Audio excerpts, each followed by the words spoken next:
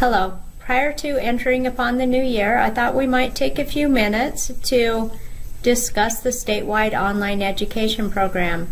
If you have students that want to enroll in this program, you're going to first need to direct them to the Utah State Board of Education website, which is www.schools.utah.gov.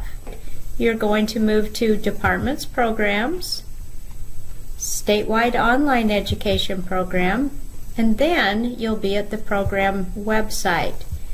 In the middle of the page, not along this top bar, but in the middle of the page, you're going to see a number of tabs that students, parents, and you as a counselor can choose from in order to get more information about this program.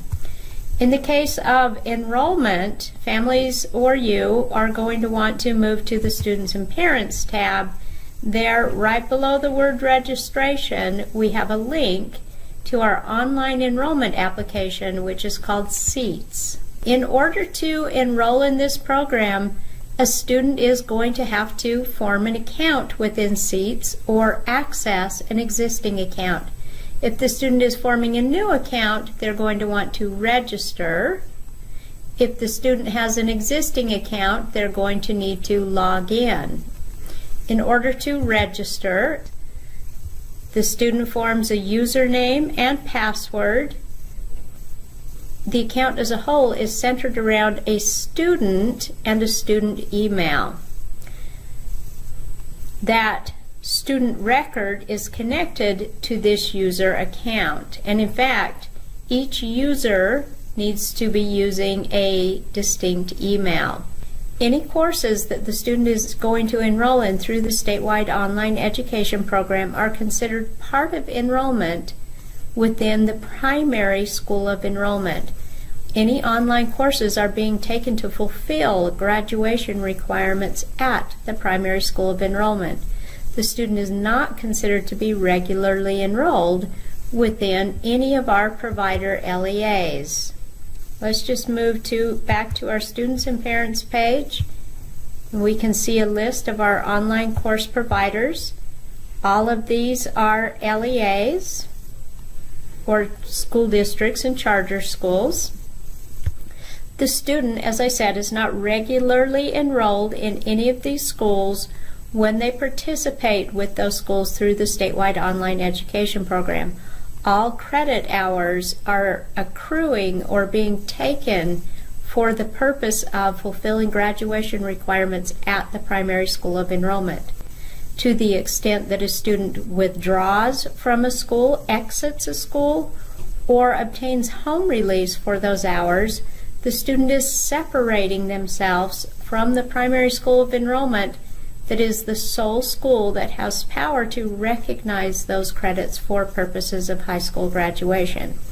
So we never want to assume that the student is splitting enrollment between two LEAs, exiting your LEA or your school to transfer to another school, or that the student requires home release. None of those will be true.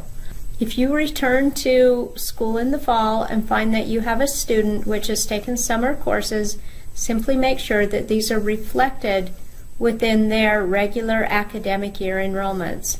The dating of that coursework is not so important as the membership days associated with those courses.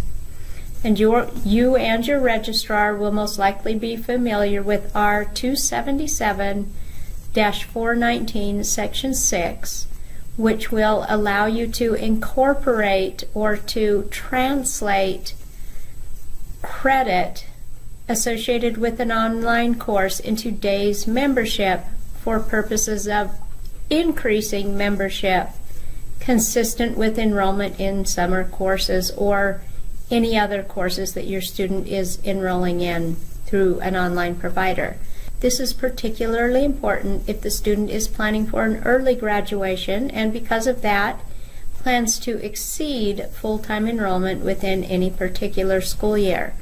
In order to facilitate this for your students, you'll want to ensure that A, the student has a plan for early graduation, B, within your local SIS system, you mark the student as an early graduate. C, you increase days membership to account for any excess enrollment hours. These three things together will allow excess funding to accrue for that student to cover the cost of extra courses. Remember that this is not applicable to remediation or remedial courses. This is applicable to credit acceleration, where a student has the intention but not the obligation to graduate early.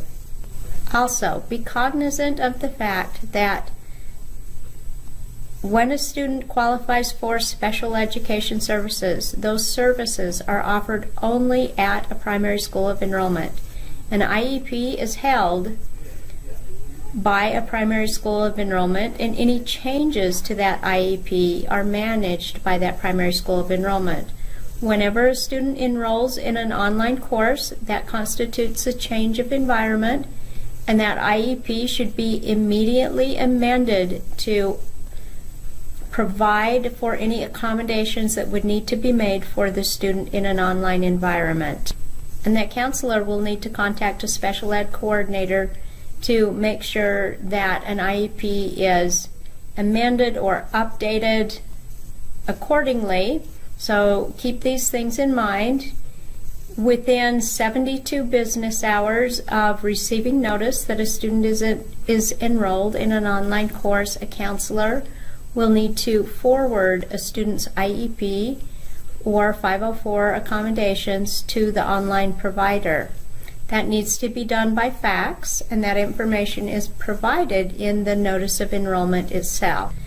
A provider LEA is required by rule to forward a copy of the student's transcript to the primary LEA, usually a registrar, and also a parent. So please be aware that you should expect that transcript to be delivered within 30 days of a student's earning each 0.5 credit value. If your school does not see that, you could ask the parent, or you also have contact information for that provider. Remember that all secondary LEAs within this state are required to include notice of opportunities to enroll in online courses through the statewide online education program, with any print or digital registration materials that go out to students during ordinary school registration processes. So students should be registering for any online courses in the spring along with traditional classes. If the student has space available in their schedule later on, they can always pick up another class.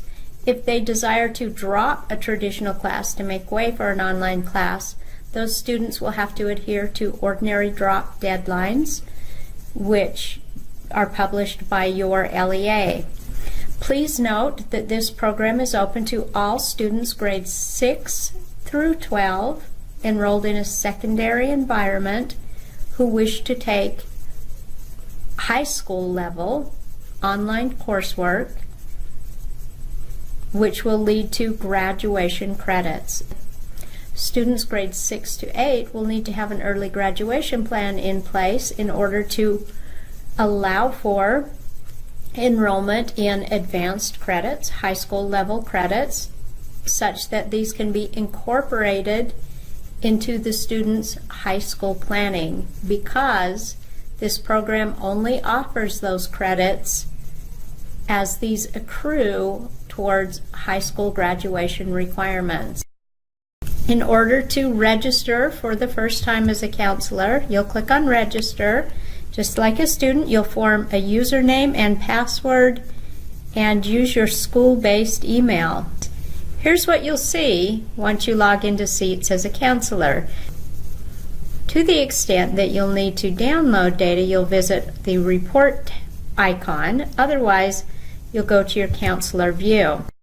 Once you log into your counselor account in Seats, you'll find that student registrations are arrayed in a linear fashion down the page.